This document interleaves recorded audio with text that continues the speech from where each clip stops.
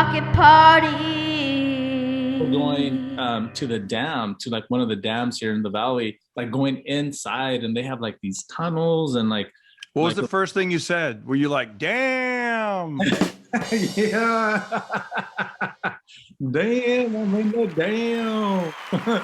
But I mean, it was cold. It was cold in there, and like, like you see water leaking And we're back. Hey, everybody, it's your host, Darren Carter, the party starter, and I have one of my favorite photographers in the world, Mr. Frankie Leal. What up, Dan? What up, man? Thank you for having me again. This is How dope. are you, man? You know what? It's great about technology, and what we're doing is we're both improvising constantly. Like you had to leave your studio. You're like, I got dogs, and then I got my, I got to move out to the garage, and then you hold up something behind you, and I mean, it's crazy. It's a different time, like when I was setting up to do this podcast with you, I was thinking like, why can't we just do it in person? Like, he's in Hanford, I'm in the Valley, like. And then I was like, nah, like, I think it'll be easier, for us to share pictures and stuff like that. And yeah, because we could, because then I would have been like, I don't know how to share the photos, and then the Wi-Fi. I'm basically, whenever I'm, out in the Valley, the San Joaquin Valley, I'm using public Wi-Fi at a Starbucks parking lot. So, I mean, we could have been in my Honda. Right? I'm in the driver's seat. You're right next to me. Hello. I've done that before, actually, with Fraser Smith and Esther Koo and various other like podcast guests, which is crazy because I'm like, we would have a studio and then somebody would overbook it, and we're like, let's just record this thing real quick, and so you never know what you're going to do. That's kind of what you learn.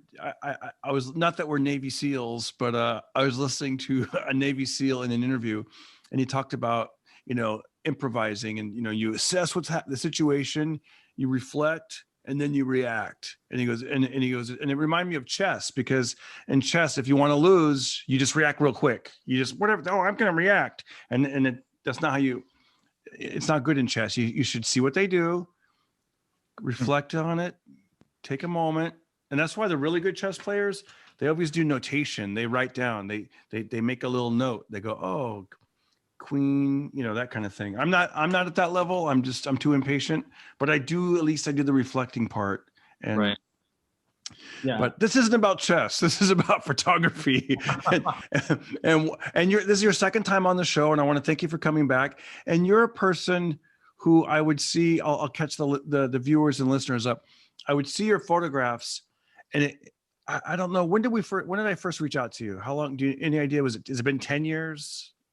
8 years? I don't even want to think about how long it's been, because I know it's been a long time, and I'm going to feel pretty old, right? But I mean, the first time that I even like found out about you was watching you on like Get Local on TV.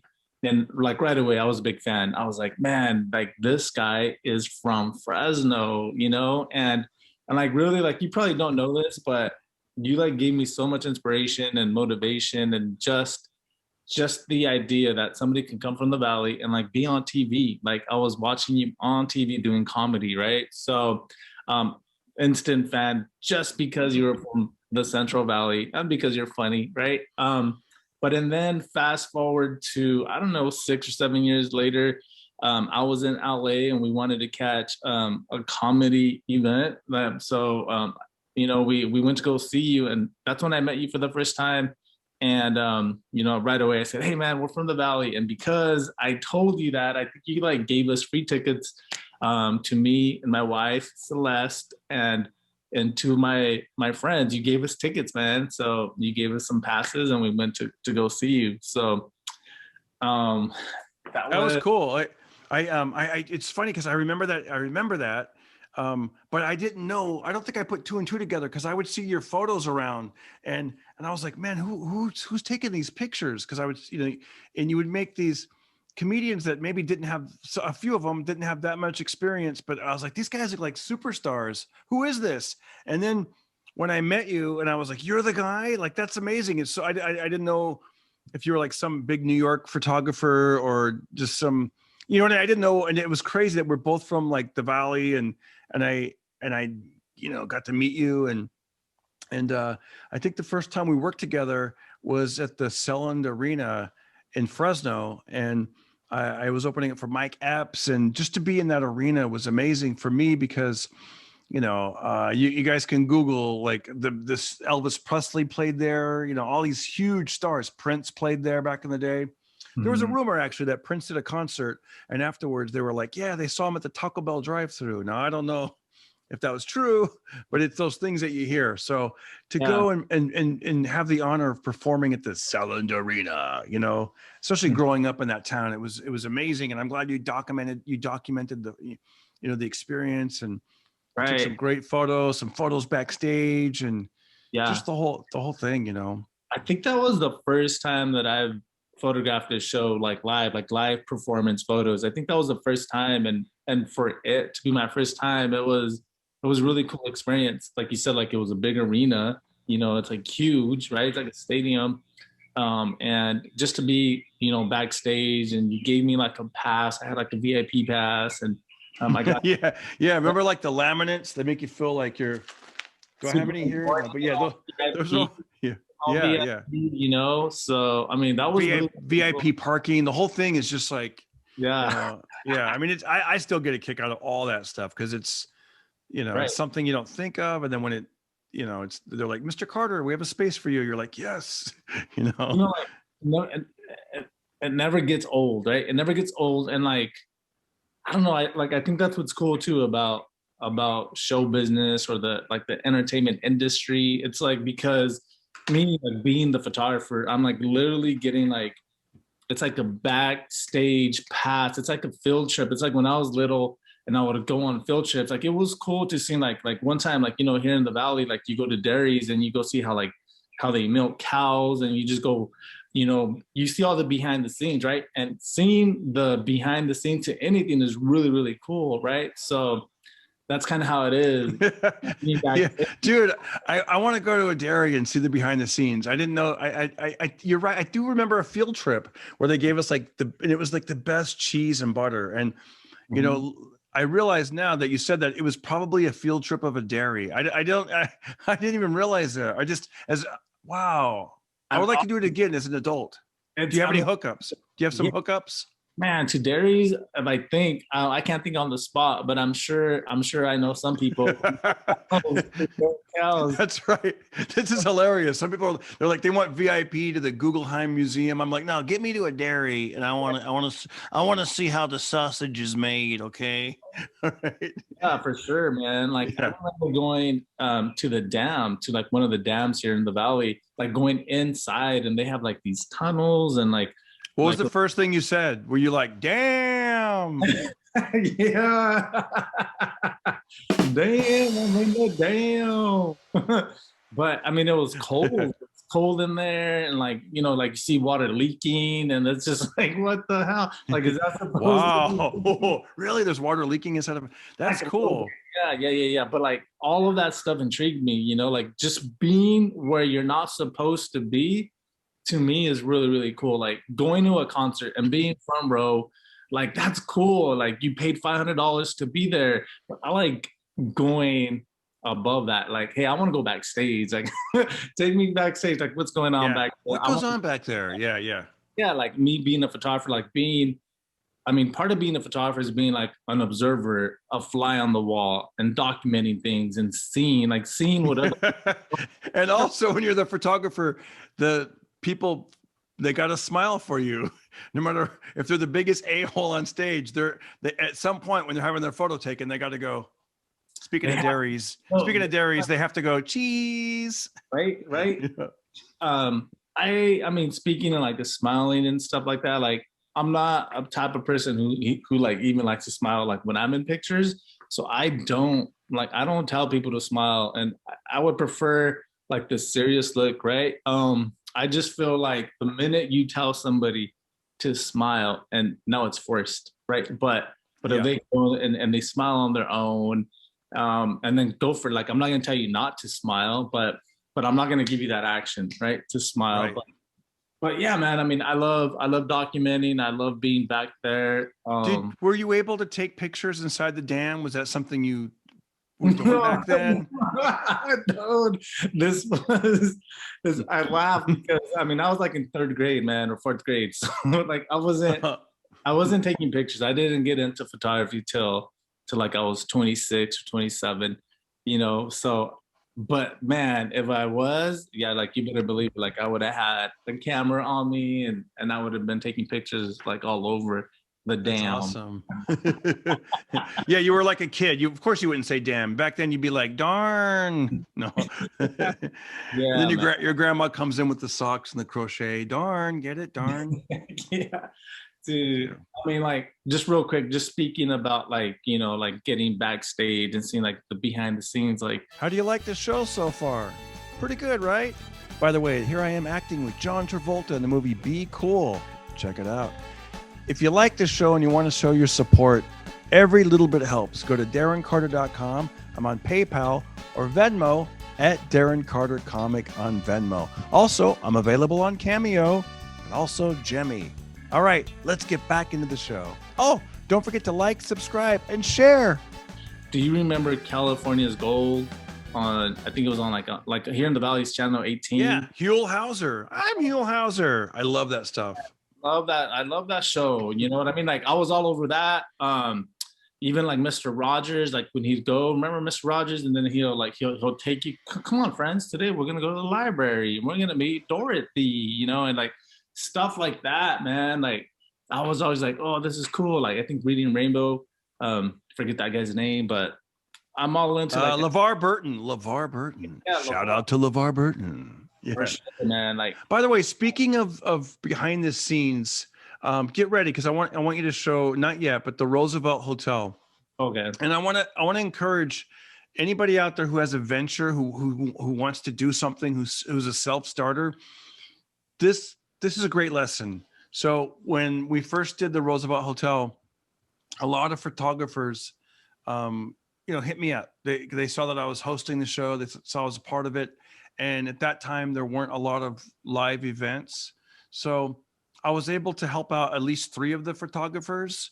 And I love helping people out if I can.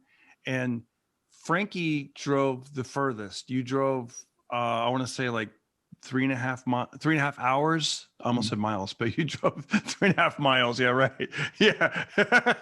Which, hey, this is LA. That could be 3.5 hours. No, he drove from the valley all the way through Bakersfield over the mountain to take pictures. And there's no guarantee that on any of this stuff. So, and you can, and they, they really liked you and you really like them. And you've been able to do this again and again and again and again. And you've gone the extra mile with making like footage and like little trailers. And it's amazing. And because you're, just the whole vibe, your work is great. And you're bringing, your family and setting stuff up, and there's a positive energy. People want to help. And you're meeting like big stars and celebrities and other people are vouching because they trust you. They're like, Frankie, I'm like, in fact, let's show some of the photos that you've taken at the historic Roosevelt Hotel. All right, cool. Well, yeah, let me go ahead and pull those up. And while I look for them on the computer, we can kind of talk a little bit more about, let me kind of give you guys a backstory maybe to the pictures, right? So like what you were saying, Darren, yeah, man, like, I mean, I've been taking pictures, geez, I think I want to say to like 2008, 2009, I started shooting comedians, right? And the first comedian that I photographed was Jesus Trejo.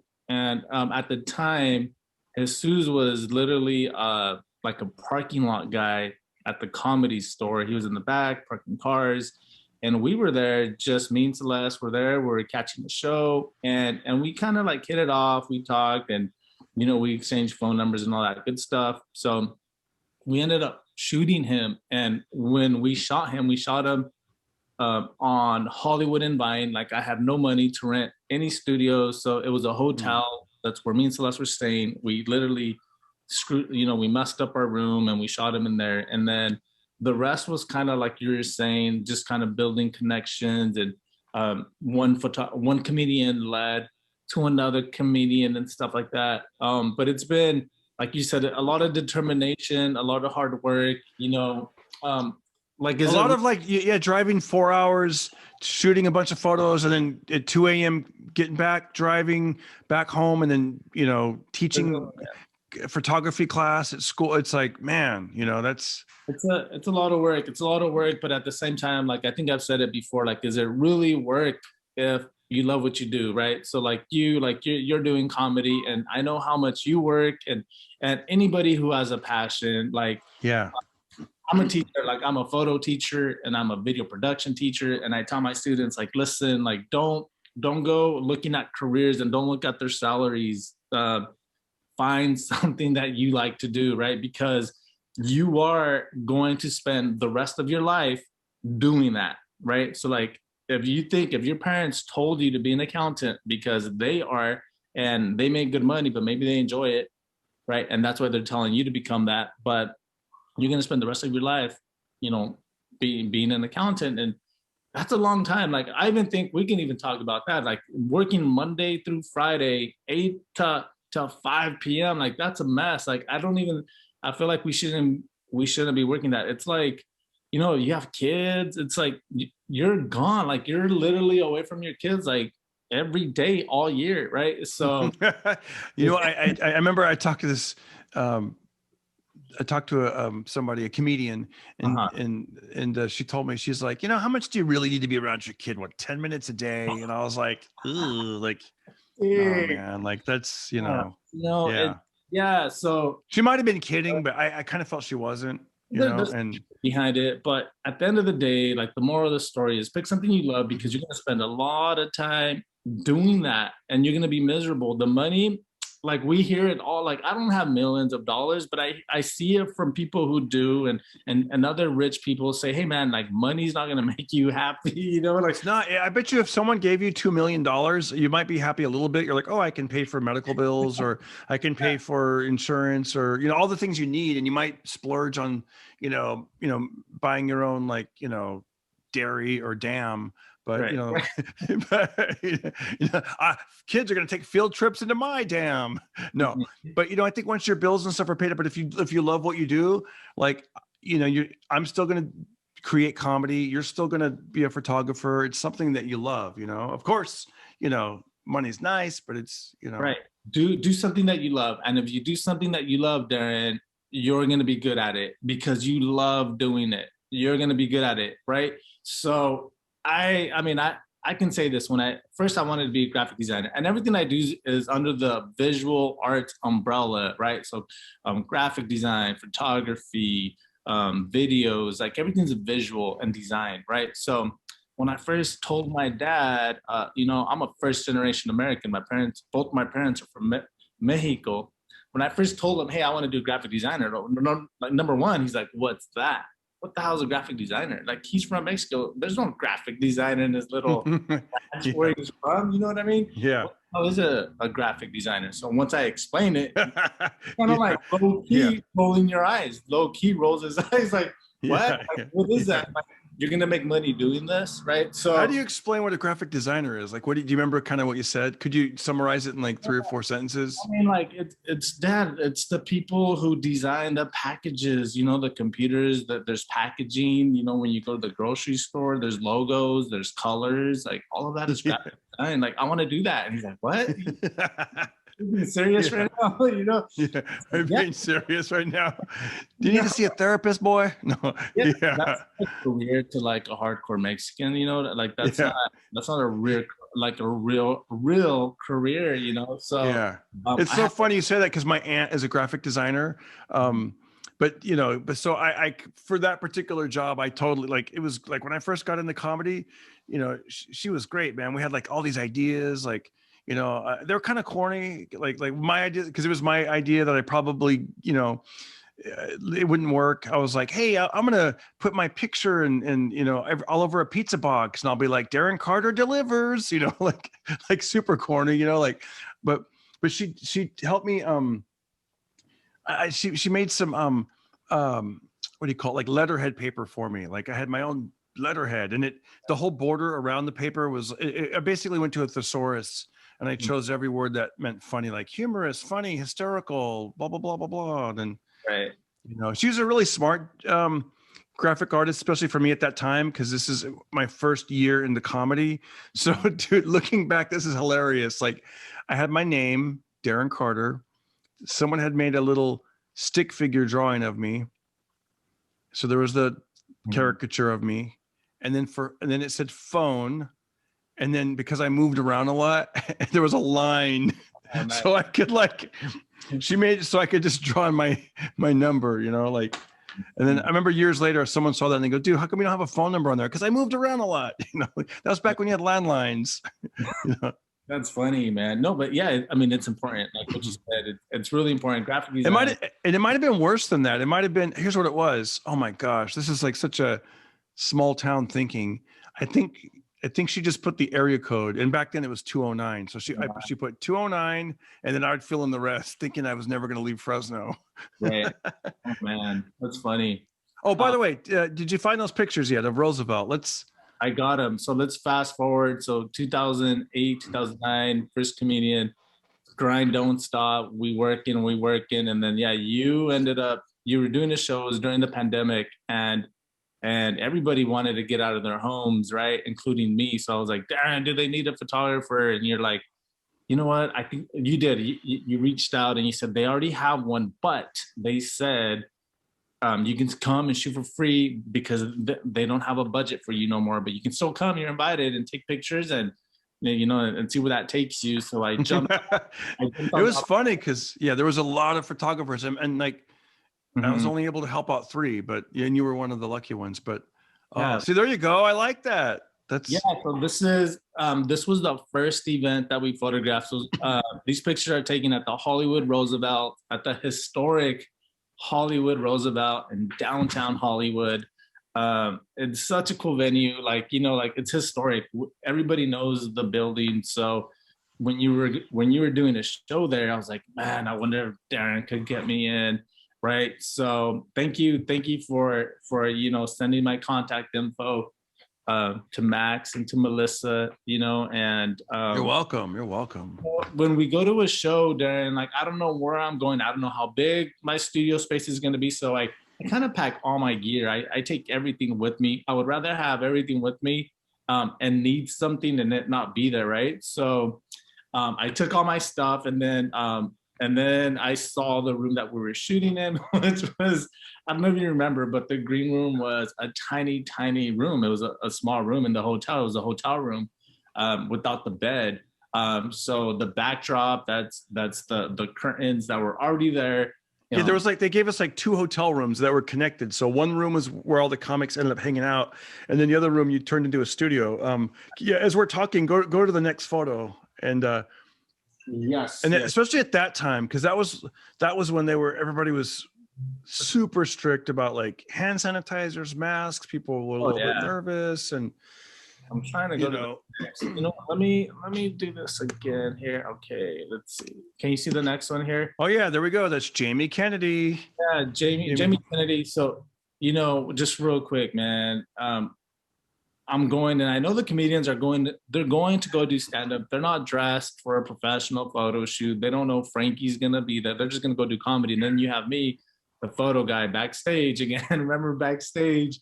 Hey, get a picture. And a lot of them are not hesitant, but no, I'm cool. And I know you do a really good job of, no, you have to let Frankie take your picture. Just let Frankie take your picture. Trust me on this. And 9 out of 10 times, they're calling me back and they're like, hey, could you send me another one? Or when they see me again, they want to work again. Jeremy Piven, man, big fan. Who isn't a fan of Jeremy? I watched the entire series of Entourage. That's one of my best characters that he played, Ari, right? So it was really cool, man. It was an honor to meet him and to shoot him.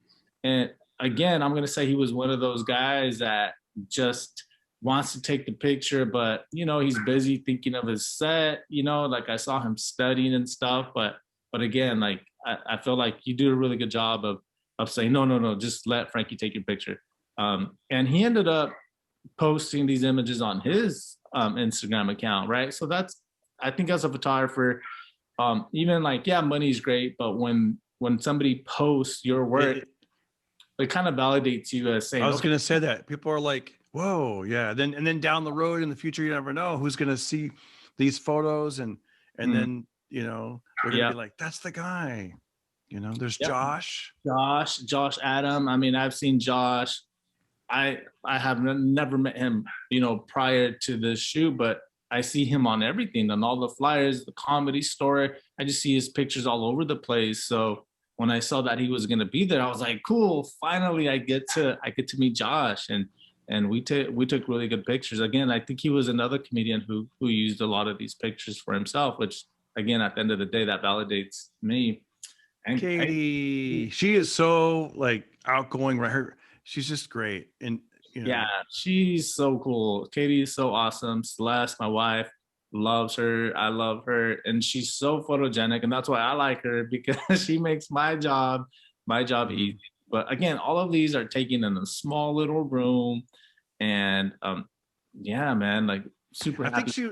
I think she offered you, like, she's like, hey, we should use, because she has a studio. I believe her husband's a big time music producer. Yeah, And she was like, let's set up some, let's do something. Like, that's what I'm saying. Like you said, the network type thing. If people see you do good work, they want to get involved. Skylar Stone. Skylar, yep, another cool comic. Man, and on this one, I did a little bit of Photoshop. So that's one of the things about being a graphic designer. Like, is that smoke really there? No, it's Photoshop, and Wow. and it's not even on. The cigarette is not on. So Wow, that looks good. The magic of Photoshop. Who's that guy? Whoa, that's a cool photo, man. I like that. That looks cool. That was in the other room. That was in the theater with the red curtain behind it. I like that. That was cool.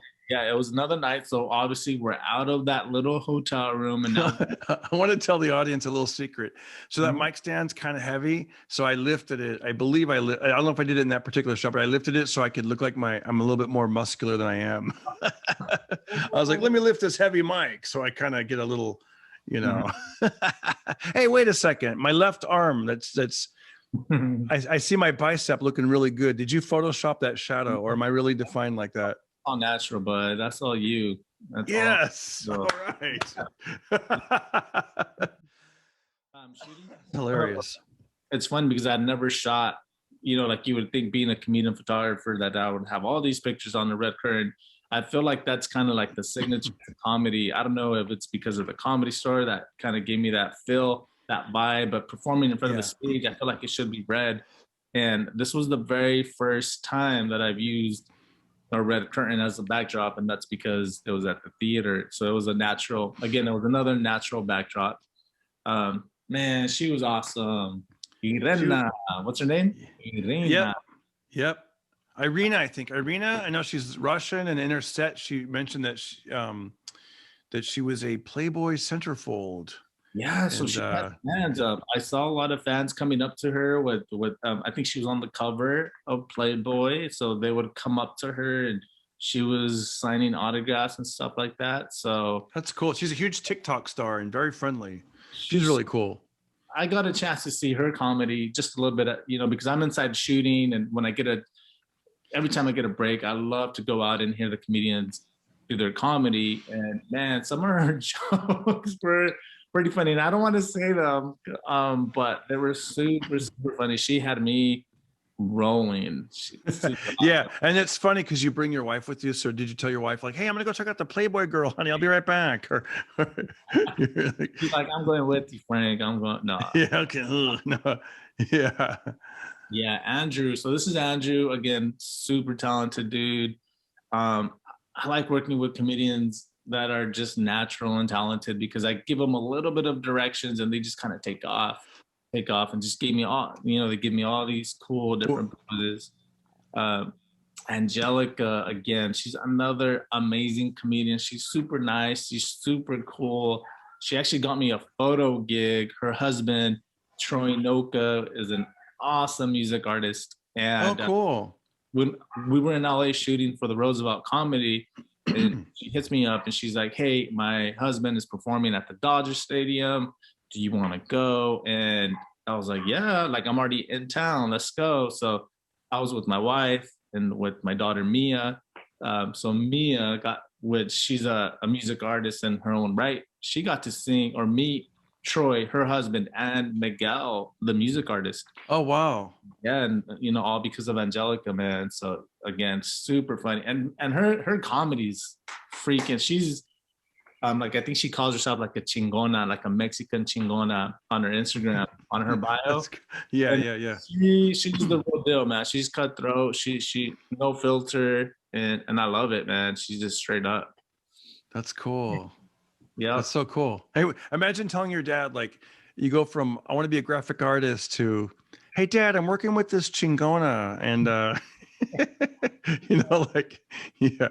I know. She's awesome. And then Jonathan, man, I give you all the credit for this picture, because I saw Jonathan hanging out and he was busy kind of interacting with some people. And you're like, hey, have you shot Jonathan? And I was like, yeah, Jonathan Kite. He's been in a ton of stuff. Great actor, great impersonator. And you're right. He was sort of in the middle of some kind of Hollywood type stuff. But yeah, he stopped what he was doing and came over, and man, I knew you'd get some great photos with Jonathan. And he just like really turned it on. Like, I've shot many comics, and I just feel like they all need direction, like no matter what. And there's a few who just don't. And I want to say Jonathan Kite needed very, very, very little direction. He was doing his thing. It's almost like he gave us an original just stand up in front of us, and I was just shooting him, and there was nobody in the room. It was just me and the two guys that he was talking to. I'm going to do a little bit of his IMDb just so people know. He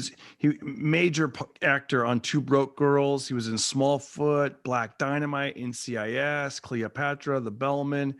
It just goes on and on. Boss Baby. I mean, the guy's like just he's always getting work as an actor, and he's just him and Jeremy Piven. I mean, these guys are, they're humble, and they're just, I don't know. I've seen people get a little bit of success and act like they're too good for the room, and these guys are great. Yeah, he's on the current show with Jamie Foxx, right? That's just coming out. He's got cool clothes, huh? Every time I see him, see now he looks like he'd be ready for a photo shoot. You know what I mean? Like, look at those pants, the way they don't even match up on each leg. He's just, the dude's got style, man. Look at that. Yeah, it looks like a classic photo. He has style for sure. Jonathan Kite don't play. Yeah, man. And this is another day since the backdrop, right? So the new backdrop, Katie, again, Katie's just so awesome. She's so talented. Ooh, the icon. I wasn't there that week. I didn't get to see that show.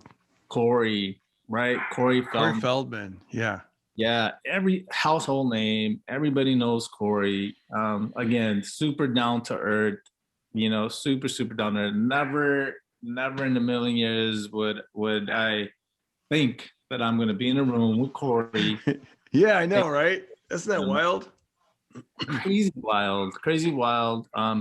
And again, like, he was a guest at the show, right? He was just there hanging out with the promoters, but yeah, super nice. And this is his wife, Courtney. And again, Courtney she's stunning. Anybody can take a picture of her and make a good image, in my opinion. But this is my picture. That looks like a Vogue like photo shoot or something. Oh, thank you. Her hair slicked back and she's so thin. I didn't even. She looks like a human mannequin, and then it just looks amazing, right? With like the velvet booth and the green light. That's really wild. Not bad for impromptu photo shoots, right? People don't know that I'm going to be there. They're working with the promoters, and yeah, it's not like there's hair and makeup. It's just like people, you sit down, you do your magic. They're all raw. There's no hair. There's no wardrobe. There's no hair. No, dude, I do have hair. You just can't see it. Yeah. You're like, there's no hair. Yeah. Another cool picture of Dustin, and Dustin's a friend of Melissa. She helps out with the show. She's very good at getting the pacing and making sure that everyone's showing up and all that good stuff. And Dustin Quick, she was like my go-to when there was one night when Melissa wasn't there. So she would go. Her and her husband were so nice. Like they They Yeah. talked to me after the show.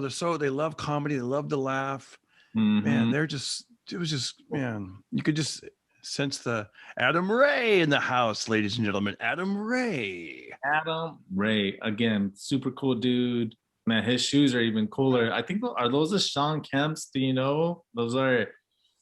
You know what? I don't know, man. I got my Adidas, and I just stick with Adidas. I Yeah, stick with Adidas and New Balance for when I'm running and that kind of I thing. think they're the kamikazes, man. But he's super cool. You know, with a lot of these comedians, I'm there getting paid through the promoters, but a lot of these comics reach out after they see this one picture. Hey, do you have any more? I'll buy them. Like, Really nice. yeah, what do you got? So, um, Adam was one of those comedians who has reached out and purchased images like on top of me being there. So again, super cool. He ended up using the images for his Instagram, and I know he has some shows going on, and he was using this image as a matter of fact, to promote his shows. Jay Moore, Saturday Night Live, right? No, isn't that wild, man? Like you're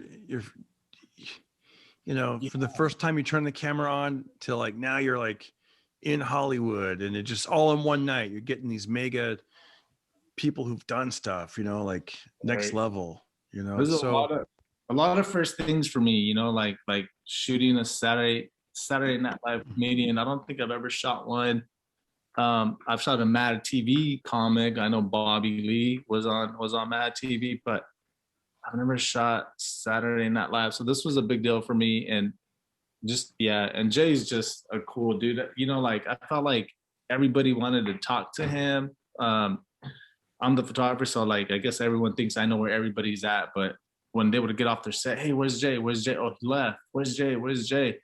Oh, he took off. But everyone wanted to hang out. That's what I'm saying. It started with, Jesus, the parking lot attendant at the Comedy Store. And, it wasn't like you were some snobby photographer who's like, no. No, you take whoever, and it just so happens that it is pretty cool that, fast forward down the road. Now you're, backstage behind the scenes where people would be paying a lot of money to be hanging out with all of us, Oh, my brother from another mother, Jeff Ross. And again, another comedian on my bucket list, Jeff Ross. So nice. In my eyes, huge star. He's like another household name. Everybody knows Jeff Ross. He's been on so many things, the General Roast Master, right? So now, what was it like to shoot him? He was, because first time out. By the way, those dogs have followed. They've now followed you to the garage. I'm in my garage, guys, because I intended to do this podcast in the living room where I did it last time. But we're dog sitting, and we have a dog, and they're going crazy. And I was like, there's no way I can do this. And they love Jeff Ross, man. They're like, Jeff Ross. Hey, can you forward to the next photo with Jeff? Yeah. Is it the one? Yeah, the two of us. Look at that. Yeah. No, Jeff Ross, man, to answer your question, like how Jeff was, I just feel because at what level he's at, he's used to being photographed. And we all want to see our pictures at the end of the day. There's so many times where comedians are like, hey man, before you put that out, can I see it? Can I make sure it's cool? And I feel like Jeff was kind of like, not that he told me to do that, but he was like, well, where are these pictures going? Like, what's going on? And I was like, just trust me. Let me just take these pictures. Here's some directions. He did everything I told him to do. Then I picked my favorite image. I sent it to him, and he said, I love it, Frankie, right? So he ended up using it. I saw him use my image on some promotions that he was doing for like another show on his Instagram page. So again, validation, right? I'm like, man, Jeff Ross, number one, said, I love it, Frankie. And number two, he not only said he loved it, but he's using it. So he almost like backed up what he said. He didn't just say he liked it. He used it. So he knows about me now. So now next time I see him, maybe I can get more options, right? I try to respect people's time, and I feel like more like famous you are, right, the less time they have with photographers. Like, hey, they want to go do their comedy, they want to mingle, they want to have fun, they want to get out. But now maybe I can get a little bit more time with some of these comedians after work with them once, but cool. Let's keep going with more pictures. Let's see what else you got. Okay. Oh, so that's Yeah. enough of the we've got all the Roosevelt ones. Let's next we'll talk about what we wanted to do. Everything was shutting down, and you were like, hey, let's try it. We've been talking about this for a long time, setting up our own shows. And we did a show. It was great, man. You had a friend, and it was like, I think we called it like Comedy in the Country, Yeah, so it's like a bucket list. I'm just gonna say the word bucket list. Me and Celeste, we've always talked about promoting shows. So I don't know if you can hint, but I love, guys, if you could see that's a barn. So he's got a friend that's a farmer near Fresno, and that's a barn, and they built a stage, and it was like a community project because you have a friend that's a DJ, so he put up the sound and lights. Let's give him a shout out. What's his name? The DJ? Yeah. So DJ Mark Losada, and so this is kind of how like this went down there. And again, like this is in the making, like years in the making. Doing a show in the Central Valley, promoting shows in the Central Valley. It's always been like on our wish list, bucket list, and finally we did one. We did it in November where we brought some comedians. Len Gerardo, he's a friend of mine. I went to school with him, and he's a comedian. So Len was on the lineup, and we brought Tony Lay, Kyrie, Dew. I mean, we brought Eddie Trevino. I mean, we brought they were all Central Valley comedians, but Kyrie, I want to say Kyrie is from down south. But friend David Hassett, has a house in the country, and we thought, hey, why not do a show? And as soon as I saw that barn and that American flag and the good lighting and the sound and just the chair, I was like, this is going to be amazing. This is, my only complaint was that it was very cold at that time. Because my hands were hurting. It was so cold. It almost got to freezing. It was in the 30s. And I mean, it was like, wow, but thank goodness you guys had like the little, so you could, if they look all the way over there to the left, there was you guys had these little fires. What do you call like those little fire pits? Yeah. Maybe. Yeah. Just keep scrolling through now. As you guys will see, no, go back. If you could go back.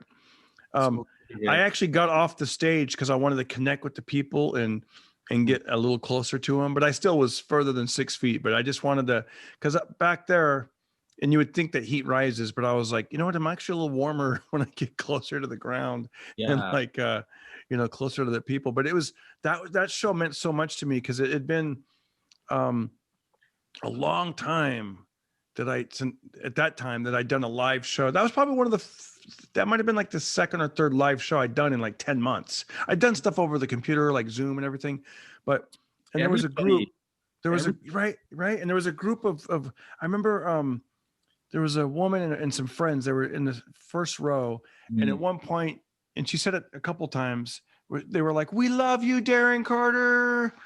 And it was amazing to hear that because, I hadn't heard that from an audience in so long. And there's moments, especially like I remember when we got into the thick of the pandemic, like, I think in the summer and, when there was all these super lockdowns, especially in California, I'd be out there walking like by myself, just sweating in 100-degree weather with an axe handle. Cause I used to take an axe handle and I would be like, man, like, when am I going to perform again? Like, this is all I've known since I was like 19. Like, this is really, and when you forward to, "We love you, Darren Carter," it was just like, wow, like that's, man. Even that first photo shoot I did with you, I'm like, wow, who wants to take my photo? This is weird. Like you start, it was a great feeling. That I'll never forget that show. Well, yeah, I mean, it was in November and everything was shut down, especially here in the Central Valley. Everything was shut down, and it was the first for a lot of people, even a lot of these people that came to the comedy show. I mean, we sold out in 1 week. We sold out in a week. People wanted to go out. People were wearing masks. You know, so it was their first outing in a long, long time. And where we're from, there's really you really don't get a lot of good quality stand up. I mean, especially in Reedley, you know, like you got to go to Fresno or Visalia, but we did something really special in town, and everything was perfect, even to the DJ, like DJ Mark Losada. I mean, this guy, he's not only a DJ, but I consider him to be like a comedian DJ. Like how I take portraits of comics, I see him the same way with as DJing like comedy events. He has so much experience. He's worked with Fluffy, Felipe Esparza, Paul Rodriguez, Bobby Lee. I mean, he's worked with you many times, and he gave me his list of comedians that he's worked with, and I'm like, you have the job. You're perfect. That's cool. We couldn't afford him, and I was just really honest with them, just because it was a small event because of the pandemic. We didn't want to have a lot of people there, so it was kind of a private event. And I told them, I was like, it's a small event. We really, really want you. This is what we could give you. He was smart. He recorded the show and I got a copy of it. I'm so happy he did that. Hey, let's go through these photos real quick, and then I want to move on from the photos. You can just keep going through. Yeah, so this is Tole. You can see like the fire there, and then this is Kyrie. Hilarious. And then that's, you can see people in the back. That's cool.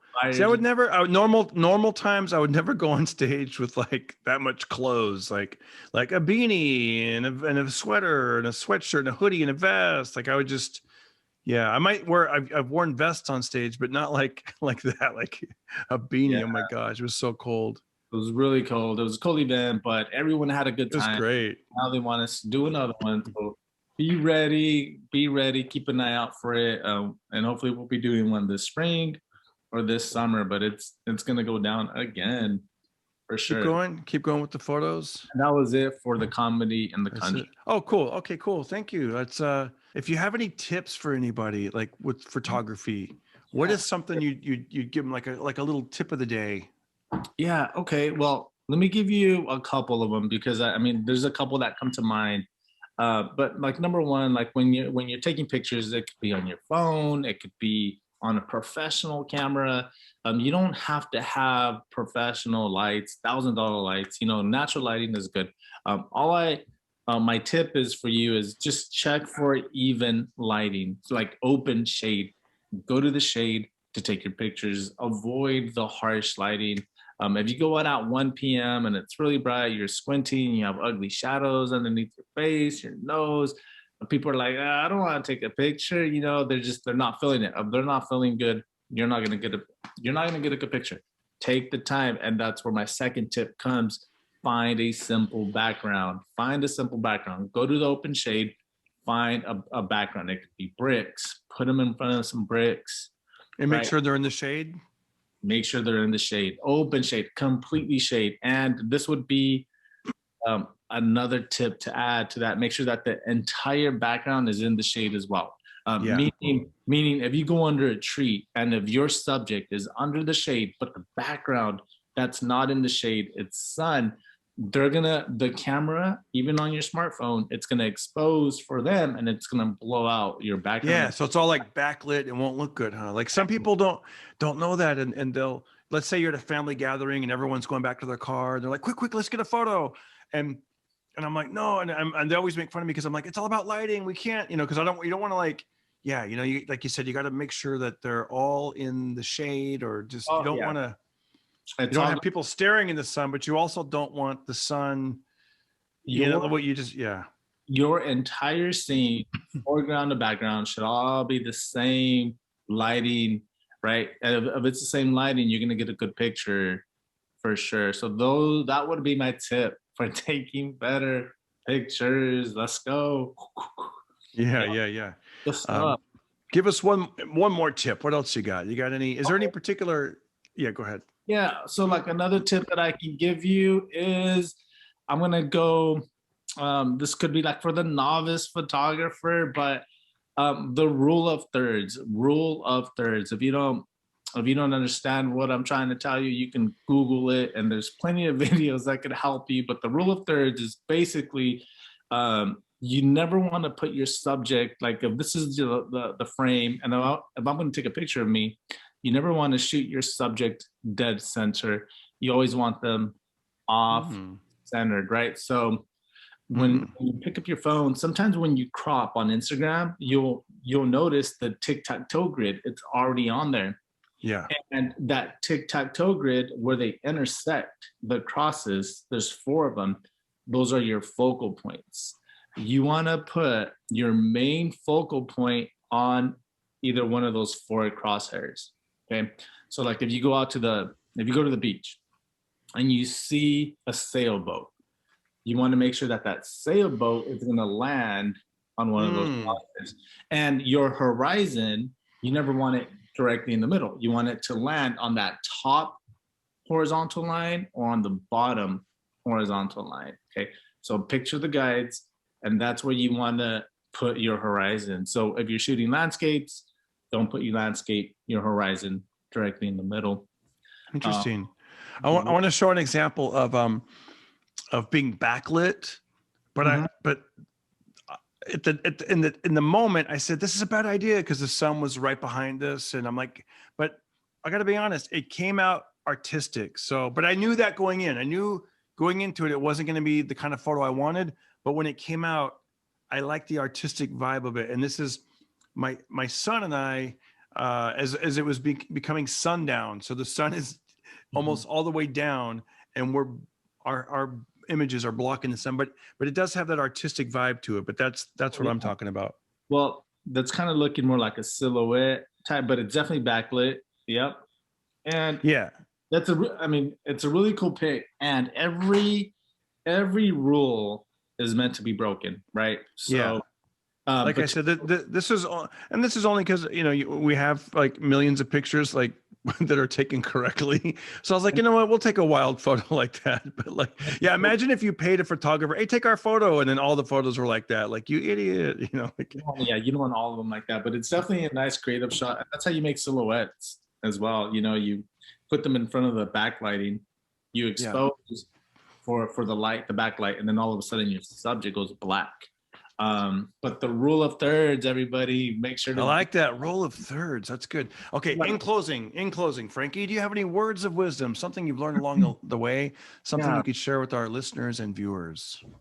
Man, the only way to finish the race is to take another step, right?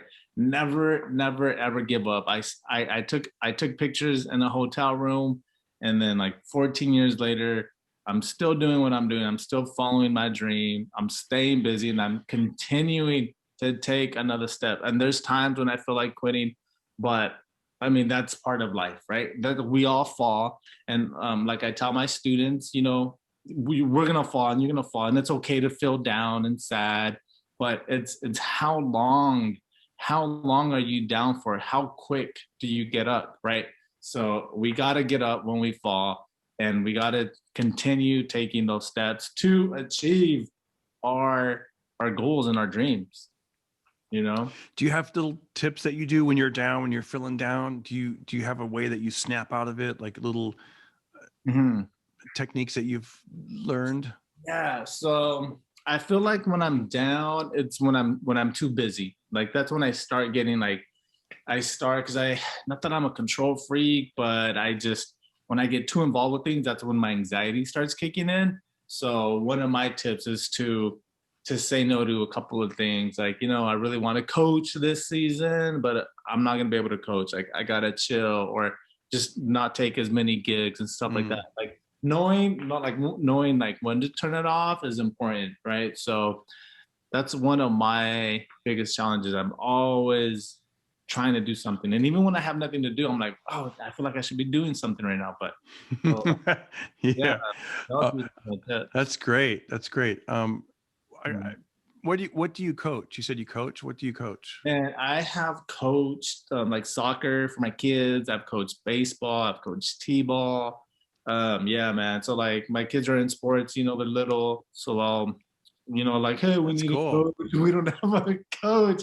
I'm like, you're just, we're standing there. It's like, all right, man, like I'll volunteer, but this year I was brave enough my kid didn't have a baseball coach, and they did that whole thing again. They're like, hey, we need coaches, and this time I was like, can't do it. I want to do That's it. awesome.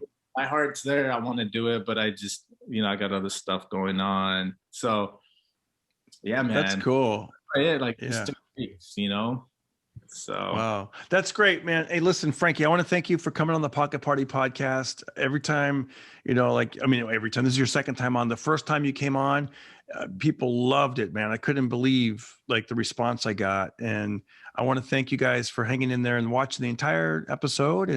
And those of you listening, thank you, and thank you, Frankie, for coming on, and thank you for being a part of the show and part of my life, because you're a damn good guy. And I always get happy when I see you and your wife and family. It's just great to see you guys. All right. Thank Frankie, you, thank you again, man. All right. I'll see you next time. All right. Laters. We're done with this interview. Pocket Party.